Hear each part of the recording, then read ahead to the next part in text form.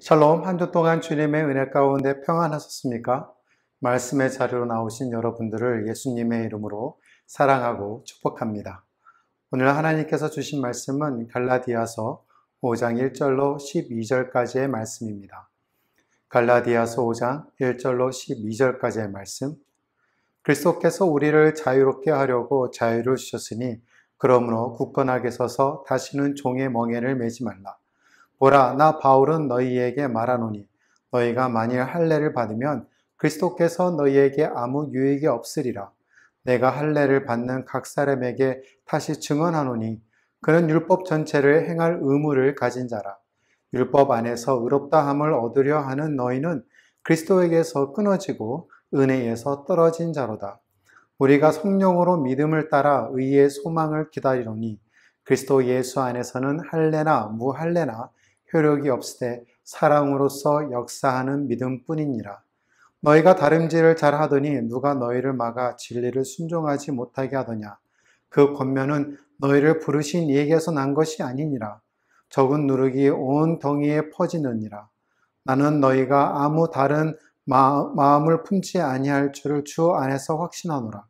그러나 너희를 요동하게 하는 자는 누구든지 심판을 받으리라. 형제들아, 내가 지금까지 할례를 전한다면 어찌하여 지금까지 박해를 받으리요? 그리하였으면 십자가의 걸림돌이 제거되었으리니 너희를 어지럽게 하는 자들은 스스로 베어 버리기를 원하노라. 여러분 모두는 갈라디아서 1장부터 4장까지 율법과 은혜에 대한 신학적 이야기를 다루었고 여러분이 배웠습니다. 그러면서 여러분은 율법에서 자유롭다는 것을 깨닫게 되었고 마음에 매우 분명하게 각인이 되었을 것입니다. 여러분이 하나님께 인정받기 위해 어떤 율법적 행위를 지키고 종교적 수행을 해야 하는 것에 대한 압박에서 자유롭게 되었을 것입니다. 왜냐하면 아버지께서 자녀된 우리에게 무조건적인 사랑과 은혜를 베풀어 주셔서 우리 모두가 그 자유를 누리고 축복을 받았기 때문입니다. 지식적으로만 알고 있던 하나님의 은혜를 이제는 여러분의 마음에 굳게 새겨야 할 때입니다. 왜냐하면 이런 하나님의 은혜를 쓰러뜨리려고 하는 사람들이 있기 때문이에요. 다시금 여러분들을 율법의 자녀로, 율법의 속박으로 끌어내리려고 하는 자들이 있기 때문입니다. 그래서 여러분을 율법의 노예로 다시 죄의 종로를 타도록 하는 사람들이 있기 때문입니다. 마치 갈라디아 교인들이 율법주의자들의 거짓 가르침에 속아 넘어간 것처럼 말이죠. 오늘 본문에서 하나님 아버지는 여러분의 자유를 가로막는 이 원수들을 처리하는 방법을 말씀하셨습니다. 첫 번째 무엇입니까? 그러므로 율법 아래 거하라는 거예요. Stay free from the law. 1절입니다. 그리스도께서 우리를 자유롭게 하려고 자유를 주셨으니 그러므로 굳건하게 서서 다시는 종의 멍에를 매지 말라.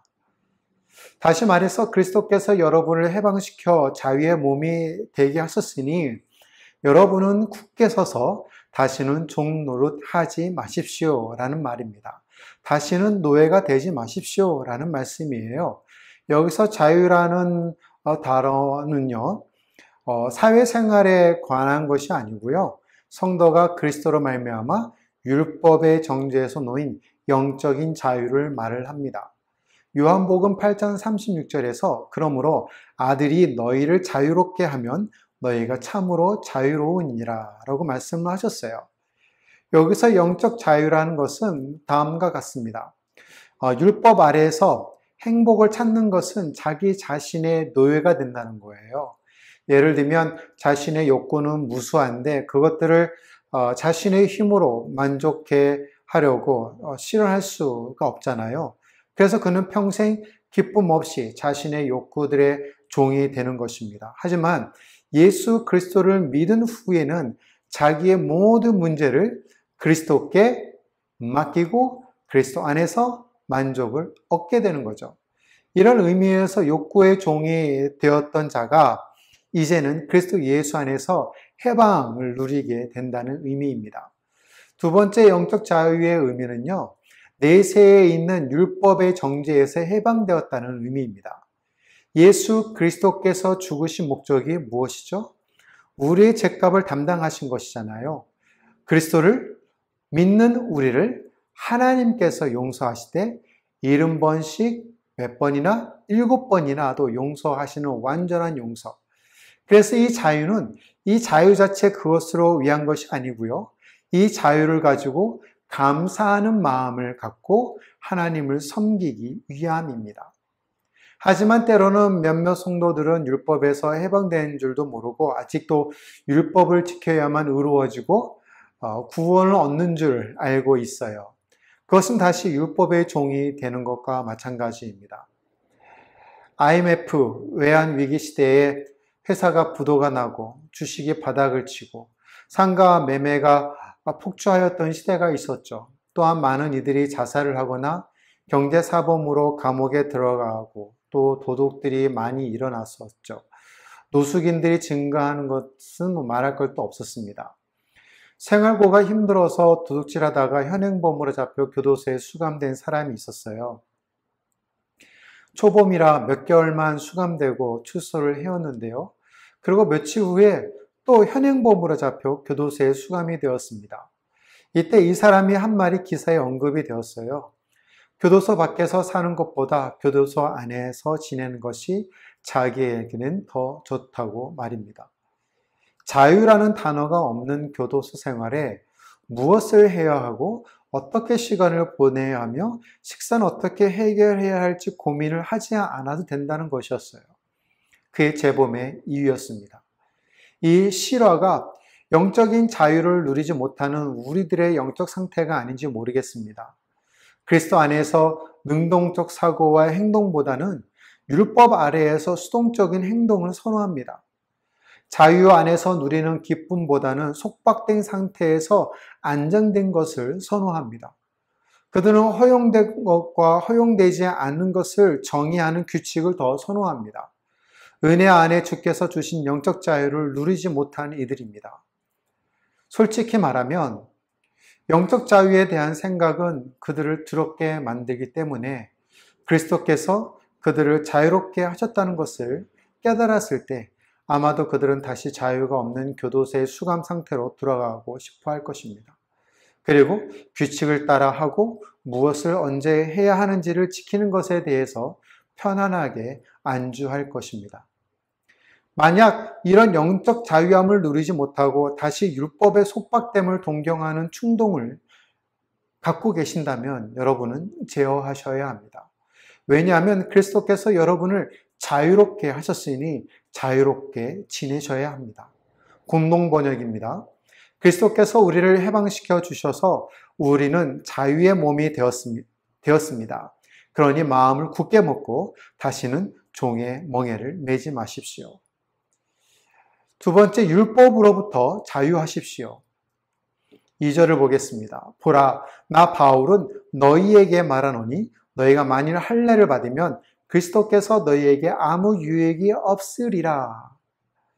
여러분께서 하나님의 은혜와 축복을 받기 위한 어떤 프로그램이나 규칙과 전통을 따라야 하는 제도에서 벗어나셔야 합니다.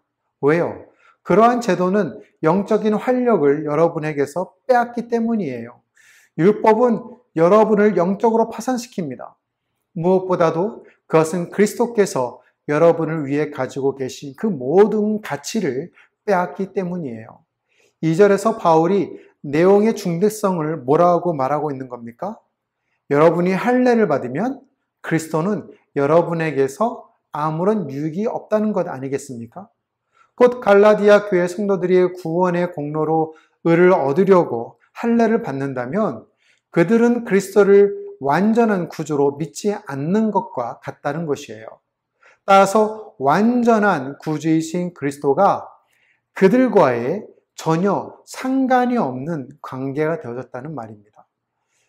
여러분이 율법주의적인 표준을 따를 때 그리스도는 여러분에게 아무 유익이 없습니다. 바울 시대의 표준은 무엇이었죠? 할례였죠. 그 당시 사람들은 할례를 받아야 하나님이 받아줄 수 있다, 아브라함의 자녀가 된다라고 가르쳤던 거예요. 오늘은 어떨까요? 지금도 교회가 할례를 주장하고 있나요? 그렇지는 않죠. 그 대신에 모든 공예배에 다 참석해야 됩니다. 라고 말을 합니다. 또는 방언을 말을 해야 합니다. 11조를 하셔야 합니다. 세례를 받아야 합니다. 오해가 없으시길 바랍니다. 이것이 잘못되었다는 것이 아니라 이것을 너무 강조하면 교회가 새로운 율법, 할례와 같이 된다는 것을 말하고자 하는 것이에요. 이런 것들은 성장하는 신앙인의 속에서 자연적으로 이루어지는 행동이지 이것을 해야 구원을 받고 안 받고가 아니라는 점입니다. 만약 하나님의 은혜와 사랑이 흘러넘쳐야만 하는 교회가 구원의 은총을 위한 조건으로 성도들을 구속하고 속박하고 억압한다면 어떻게 될까요? 아마 그렇게 한다면 그리스도께서 십자가에서 이미 여러분을 위해 하신 일을 무시하는 율법주의적 속박의 근원이 교회가 될 것입니다. 율법은 그리스도께서 가지고 계신 모든 가치들을 여러분으로부터 빼앗습니다. 또한 율법은 여러분에게 큰 빚을 지게 합니다. 만약 여러분이 율법의 일부를 지켜야만 한다고 받아들인다면 여러분은 율법 전체를 다 지켜야만 합니다. 3절을 볼까요? 내가 할례를 받는 각 사람에게 다시 증언하노니 그는 율법 전체를 행할 의무를 가진 자라. 만약 어떤 이가 할례를 받아야만 구원에 이르는 의를 얻는다고 주장한다면 그것은 그리스도 밖에도 구원이 있다는 것이 아니겠습니까? 그렇다면 어찌해서 율법의 일부분인 할례만 지켜서 되겠습니까? 인간으로서 율법을 완전히 지킨다는 것은 절대로 불가능합니다. 율법의 기능은 타락한 죄인으로 만들기 위함이잖아요. 율법을 지키면 지킬수록 죄인의 깊은 수렁이에 빠지게 되는 것이고 그때 이 율법으로부터 해방시켜 주실 하나님의 은혜, 예수 그리스도의 구원이 필요한 것이죠. 그러므로 구원의 길은 그리스도를 완전한 구조로 받는 믿음밖에 없습니다. 율법은 뷔페가 아닙니다. 마음에 드는 부분만 골라서 행하는 것이 아니에요. 할례를 주장하려면 다른 612개의 계명까지도 다 지켜야 합니다. 안식일을 지키려면 제사도 지키는 것이 좋습니다. 여러분이 좋게 여기는 율법의 한 부분 아래에 여러분 자신을 둔다면 여러분은 율법의 전체를 지켜야 하는 의무를 짊어지게 되는 것입니다. 다음번에 고속도로에서 과속으로 주행하다가 경찰관에 잡혔으면 한번 이렇게 말해보세요. 수고하십니다, 경위님. 과속해서 죄송합니다. 그러나 저는 도둑질을 한 적이 없고요. 저는 소득세를 속인 적도 없고요. 시내 모든 정지 신호를 잘 멈춰 섭니다. 그러니 한 번만 봐주세요. 네. 자, 이렇게 하면 여러분은 벌금 티켓과 벌점을 받지 않을 것이라고 생각할 수 있을 것이에요. 그런데 아니겠죠. 여러분이 다른 어느 곳에서 모든 교통 질서와 사회 질서를 잘 지킨다고 해서 경찰관이 여러분을 용서해 줍니까? 아닙니다. 그 경찰관은 여러분의 변명이 아닌 변명을 들으면서 입가에 미소를 짓고 벌금 티켓을 발부할 것입니다. 선생님, 여기 있습니다. 그것이 율법이 작동하는 방식이에요. 율법은 누구든지 율법책에 기록된 모든 일을 항상 행하지 아니하는 자는 저주 아래 있는 자라라고 3장 10절에 기록되어 있잖아요. 여러분께서 율법의 어느 부분에라도 속한다고 주장한다면 전체의 법을 지켜야 합니다.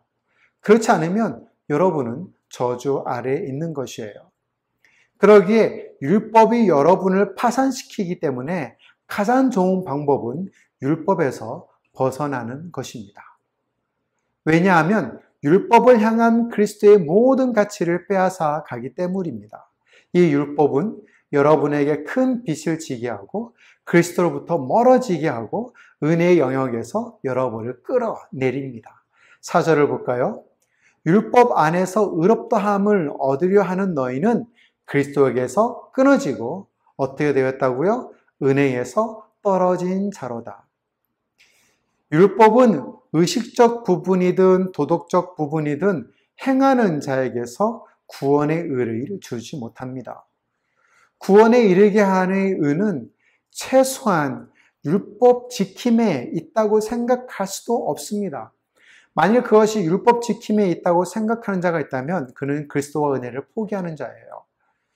여러분이 하나님의 은혜를 구하려고 할 때 그리스도께서 여러분을 떠나신 것이 아닙니다. 그것은 여러분이 그리스도에게서 끊어지고 그분의 은혜의 영역에서 떨어진 것입니다. 여기서 떨어지다라는 해당하는 단어는요, 신학시대의 항해 용어에서 나왔다고 해요. 그것은 배가 항로를 벗어나 표류할 때 쓰는 묘사의 단어입니다. 떨어지다. 여기서는 길을 이탈하는 성도들에 대해 말을 하고 있습니다. 성도들이 하나님의 은총과 축복을 얻으려고 은혜에서 떠나 율법주의로 흘러간 것을 말을 하는 것이에요. 제발 그렇게 하지 마십시오. 다시 율법주의로 돌아가지 마십시오. 다시 다른 복음을 쫓아가지 마십시오. 만약 그렇게 한다면 여러분은 영적으로 파산이 될 것입니다. 빨리 여러분의 장막에서 율법을 쫓아내고 은혜만 남게 하십시오. 기억하십시오. 율법과 은혜는 공존할 수 없습니다. 우리 자신의 힘으로 율법의 규칙과 규범을 지키려고 노력하는 것은 결코 우리를 더 나은 사람으로, 의로운 사람으로 만들 수 없다는 사실입니다. 오히려 그것은 우리를 영적으로 파산하게 만듭니다. 만약 여러분이 율법을 버리고 그리스도를 믿음 안에 있다면 여러분은 그리스도를 닮을 것이라는 소망을 줍니다. 5절입니다. 우리가 성령으로 믿음을 따라 의의 소망을 기다리노니. 헬라의 원문에는 이 구절의 초두에 왜 그렇게 하면 이라는 이유 접속사가 있어요. NIV에서도 여러분이 보셨듯이 알듯이 그러나 but이 기록되어 있습니다. 이것은 진정한 의를 얻는 소망은 율법으로 이루어지는 것이 아니고 성령으로 이루어진다는 사실과 의를 얻는 소망은 인간의 공로로 얻어지는 것이 아니고 오직 그리스도를 믿음으로 받아진다는 이유를 기록한 것입니다. 또 의를 얻는 소망을 위해 기다리라고 말을 하고 있죠. NIV에서 이 기다리라는 단어를 await라는 단어로 사용했습니다. 기다리다라는 비슷한 단어가 있죠. wait. 이 둘 다 동일한 뜻을 가지고 있습니다. 하지만 영어적 의미에서 첫 번째 더 강렬하게 기다린다는 뉘앙스, 어감이 있습니다. await, 무엇을 매복하고 기다리다. await, 무엇을 기다리다, 기대하다라는 뜻을 가지고 있습니다. 다시 말해서 이 뜻은 여러분이 의의 소망을 위해 어떤 일을 하지 않아도 된다는 말이에요. 인간적 노력, 인간적인 회의가 필요 없다는 말입니다. 다만 믿음으로 by faith 여러분은 await, 기다리시면 된다는 얘기예요. 무엇을 기다립니까? 여러분에게 올 완전한 의의 소망입니다. 이것을 절대적인 확신으로 간절히 기다리며 소망하는 것이죠. 그러나 율법은 여러분에게 이런 종류의 희망을 줄 수 없습니다. 여러분께서 그리스도를 믿고 그분의 능력에 의존할 때 언젠가는 모든 면에서 의의 소망을 받을 것이라는 확신을 갖게 됩니다. 율법은 여러분을 완전함에 도달하는 데 무력감을 느끼게 합니다. 반대로 믿음은 여러분에게 미래의 의로움에 대한 희망을 줍니다. 믿음은 사랑을 여러분에게 줍니다. 6절을 볼까요? 그리스도 예수 안에서는 할례나 무할례나 효력이 없으되 사랑으로서 역사하는 믿음 뿐입니다. 다시 공동번역으로 보겠습니다. 그리스도 예수를 믿는 사람에게는 할례를 받았다든지 받지 않았다든지 하는 것이 중요하지 않고 뭐가 중요하다고요? 오직 사랑으로 표현되는 믿음만이 중요합니다. 이것이 신앙의 특징을 보여주는 말씀인데요. 진정한 신앙의 소유자는 사랑의 행위를 나타낸다는 말씀입니다. 그렇다면 사랑을 행해야 구원을 받는다는 것입니까? 그런 것은 아니죠. 이것은 성도가 그 신앙의 증표로 사랑을 지니고 있어야 된다는 것입니다. 행위는 믿음이 내어주는 열매이고 이 선한 행위가 없으면 죽은 믿음이라고 할 수밖에 없잖아요. 야고보 장로님이 말씀하셨습니다. 물론 사랑의 행위가 구원의 공로는 아니지만 참 신앙은 그것을 지니고 있습니다. 신앙 또한 구원의 공로로 받는 데 있어서 믿음은 절대로 필요한 것이죠. 이것은 하나님의 은혜입니다. 에베소서 2장 8절을 볼까요? 너희는 그 은혜에 의하여 믿음으로 말미암아 구원을 받았으니 이것은 너희에게서 난 것이 아니요 하나님의 선물이라. 아멘. 믿음은 언제나 사랑으로 나타나지만 율법은 그렇지 않습니다. 그 이유는 할례나 무할례나 다 가치가 없기 때문에 그래요. 율법을 지키고 지키지 않는 것은 영적 성장에 아무 도움이 되지 않기 때문입니다. 율법은 여러분을 의롭게 할 수 없습니다. 단지 여러분을 비판적으로 만들 수 있을 뿐이에요. 율법의 행위로 여러분을 위선적으로 만들 수 있지만 여러분을 더 거룩하고 사랑스럽게 만들 수는 없습니다. 오직 믿음만이 그것을 할 수 있으며 그것은 오직 사랑으로 표현되는 믿음뿐입니다. 그러므로 율법이 여러분을 영적으로 파산하게 하지 마십시오. 오히려 주님을 의지하며 살고 미래에 대한 의의 소망과 사랑으로 풍성하게 하십시오. 세 번째로 생각할 것은 율법주의자로부터 자유하십시오입니다. 여러분에게 한 가지 충고를 하겠습니다. 하나님의 축복은 당신이 하는 일에 달려 있습니다. 라고 말하는 설교자로부터 멀리 하십시오. 여러분은 하나님께 아직 부족하지만 이런저런 일을 하면 하나님이 더 축복해 주실 것입니다. 라고 말하는 선생님과 교사로부터 멀리 거리를 두십시오. 바울이 이 구절에서 말한 것처럼 아무도 여러분을 끊지 못하게 하십시오. 7절로 8절입니다. 너희가 다름질 잘하더니 누가 너희를 막아 진리를 순종하지 못하게 하느냐? 그 권면은 너희를 부르신 이에게 난 것이 아니니라. 새번역 성경입니다. 여러분은 지금까지 잘 달려왔습니다. 그런데 누가 여러분을 가로막아서 진리를 따르지 못하게 하였습니까? 그런 꽹은 여러분을 부르신 분에게서 나온 것이 아닙니다. 무엇이라고 말을 하고 있는 겁니까? 하나님은 어떤 종류의 율법을 지키려고 애쓰다가 좌절하는 여러분의 삶을 원하시는 것이 아니에요. 오히려 믿음의 삶을 사는 여러분을 원하고 계십니다. 그런 삶을 살고 있는 여러분을 가로막아서 진리를 따르지 못하게 하는 이들이 있다는 얘기입니다. NIV 성경에서는 그 cut이라고 얘기해서 and keep, 자르고 그것을 유지시킨다는 얘기죠. 뭐를요? 진리의 말씀을 순종하는 것을 말하는 겁니다. 진리의 말씀을 따르는 사람을 자르고 그것을 못하도록 하는 것, 이것을 가로막는다고 한국 성경에 기록되어 있어요. 여러분, 바울은 그들이 누구인지 알고 싶어 합니다. 누가 방해했습니까? 말 그대로 누가 당신을 끼어들었습니까? 말 그대로 누가 당신을 잘랐습니까? 라는 말이에요. 마치 여러분이 육상 마라토너와 같이 32.19km를 최선을 다해 경주하고 있는데 갑자기 어떤 이가 나타나서 여러분의 길을 가로막고 경주를 방해한다고 생각해 보십시오. 그들이 율법주의자들입니다. 그들이 거짓 교사들입니다. 그들이 다른 복음을 전하는 자들입니다. 그들에게서 멀리 떨어져 있으셔야 합니다. 그들이 여러분의 신앙의 경주에 가로막지 못하도록 하십시오. 건전한 신학적 교리로 무장하십시오. 왜냐하면 그들은 누룩과 같기 때문입니다. 구절을 볼까요? 적은 누룩이 온 덩이에 퍼지느니라. 이 인용 구절은 고린도전서 5장 6절에 인용한 것인데요. 너희가 자랑한 것이 옳지 아니하도다. 적은 누룩이 온 덩이에 퍼지는 것을 알지 못하느냐.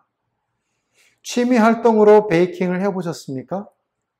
저도 많이 해보았습니다. 밀가루와 소금과 설탕 그리고 이스트를 넣어서 반죽을 하죠. 잘 반죽이 된 이스트는 숙성 과정을 거쳐 거대하게 부풀어 오르게 합니다. 마치 풍선껌처럼요. 마찬가지로 누룩이 소리 없이 은근히 떡반죽에 퍼짐과 같이 적은 제약도 사람의 생활을 지배하기까지 은근히 들어와서 그의 마음을 점령하게 됩니다. 율법주의자들은 마치 이스트, 누룩과 같습니다. 그들의 거짓 가르침은 약간만 필요했고 머지않아 갈라디아 교회 전체에 퍼져 성도들이 속히 떠나게 만들었습니다. 율법주의자들로부터 자유해야 합니다. 그러기 위해서는 하나님의 은혜의 선물, 믿음의 자유 안에 있어야겠지요. 율법주의학에서 멀리 떨어져 있으십시오. 10절입니다.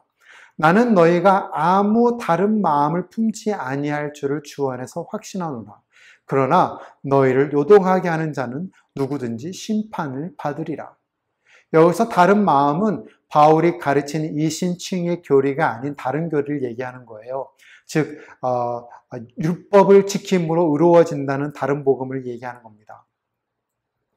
이런 다른 복음을 전한 율법주의자들은 어떻게 된다고요? 하나님께 심판받는다는 거예요. 단호하게 말을 하고 있습니다. 그리스도의 복음을 율법주의적 규례와 규범과 전통과 행위로 복잡하게 만들어 놓은 율법주의자들을 하나님께서 심판하신다는 거예요. 바울 시대 율법주의자들이 그래야 했습니다. 그들은 그의 가르침을 왜곡해서 다른 복음, 온전한 구원을 이루기 위해서는 할례가 필요하다고 가르쳤기 때문이에요. 11절을 보겠습니다. 형제들아, 내가 지금까지 할례를 전한다면 어찌하여 지금까지 박해를 받으리요? 그리하였으면 십자가의 걸림돌이 제거되었으리니. 바울은 역설적으로 이렇게 이야기합니다. 공동번역입니다. 만일 내가 여전히 할례의 필요성을 주장하고 있다면 왜 내가 지금까지 박해를 받겠습니까? 내가 아직도 할례를 전하고 있다면 내가 전하는 십자가가 걸림돌이 되지 않을 것입니다.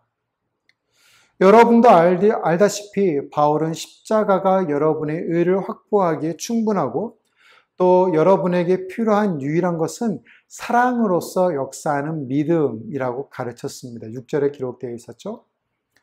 율법주의자들은 이 단순한 복음을 온갖 추가하죠. 규칙과 규범과 전통과 그래서 복잡하게 만들었습니다. 율법주의자들은 오늘날에도 교회 안에 여전히 남아 있습니다. 제발 그들이 여러분의 신앙의 경주에 가로막지 못하도록 하십시오. 그들이 여러분을 혼란스럽게 하지 않도록 하십시오. 그 대신에 그들이 스스로 거세하도록 내버려 두십시오. 바울은 여기서 부연 설명을 하지 않고 12절에 끝내버립니다. 12절입니다. 너희를 어지럽게 하는 자들은 스스로 베어버리기를 원하노라. 여기서 스스로 베어버림이란 말은 몇 가지 해석이 있는데요. 첫 번째는 스스로 교회에서 떨어져 나가는 것을 의미하는 것이고, 두 번째는 이방의 풍속대로 아주 생식기를 수술해서 거세하는 것, 철저하게 잘라버리는 것을 이야기를 합니다. 바울이 얘기하고자 하는 것은 두 번째에 해당되는 것인데요. 그리스도의 완전하신 구원자로 구세주로서의 자격을 무시하고 할례를 구원받는 조건으로 삼는 것은 복음을 어지럽게 하는 큰 죄악임을 앞절에 설명했습니다. 그러기에 바울은 풍자적으로 율법주의자들을 공격하는데요. 문자적 표현하면 이렇습니다. 율법주의자들이 할례를 받을 때 실수로 칼이 미끄러져서 통째로 잘라갔으면 하는 바람의 풍자입니다. 신명기 23장 1절을 볼까요? 고환이 상한 자나 음경이 잘린 자는 여호와의 총회에 들어오지 못하리라. 만약 실수로 하든 그렇지 않든 거세가 되었다면 그들이 주장하는 율법에 따라 공동체 안에 하나님의 총회에 들어오지 못하게 된다는 말이에요. 바울이 쓴 이 표현은 매우 공격적이고 율법주의자들이 신앙의 공동체 안으로 들어오지 말아야 한다는 것을 풍자적으로 표현한 것입니다. 그러니 다른 복음을 전하여 여러분을 혼동케 하는 유대주의자들의 가르침에 귀를 기울이지 마십시오. 그들로부터 복음 안에서 자유하십시오. 그리고 그들의 가르침을 신앙 안에서 내어 쫓으십시오. 결론을 맺겠습니다. 여러분은 사회법상 자유를 누리려면 그 사회가 정해놓은 법 테두리 안에서 자유할 수 있습니다. 그 이상의 것을 넘어서게 되면 책임이 뒤따르지 않는 자유, 방종을 하게 되죠. 우리가 이야기한 이 자유는 사회생활에 관한 것이 아니죠. 성도가 그리스도로 말미암아 율법의 정죄에서 놓인 영적 자유를 얘기하고 있는 것입니다. 이런 관계를 다른 복음, 거짓 진리가 파괴할 수 없습니다. 복음은 아주 단순합니다. 오직 예수 그리스도이기 때문입니다. 그 외에 다른 것은 없습니다. 율법적 행위나 참선이나 묵상이나 선한 행실로 여러분이 구원에 이르는 것은 아닙니다. 오직 하나님의 은혜입니다. 오직 예수 그리스도이십니다. 믿음으로 의롭다 칭함을 받는 것입니다. 그러기에 여러분 안에 누룩과 같이 살면서 들어와 혼동케 하는 모든 다른 복음을 지금 당장 내쫓으십시오. 교회는 이 사명을 잘 감당해야 합니다. 여러분은 건전한 성경적 교리로 다른 복음을 배척해야 합니다. 여러분은 자유자의 어머니에게서 난 자유의 자녀입니다. 율법의 자녀가 아닌, 율법의 노예가 아닌 진정한 하나님의 상속자요 하나님의 자녀이십니다. 여러분은 자유자의 자녀들이십니다. 여러분은 자유자이십니다.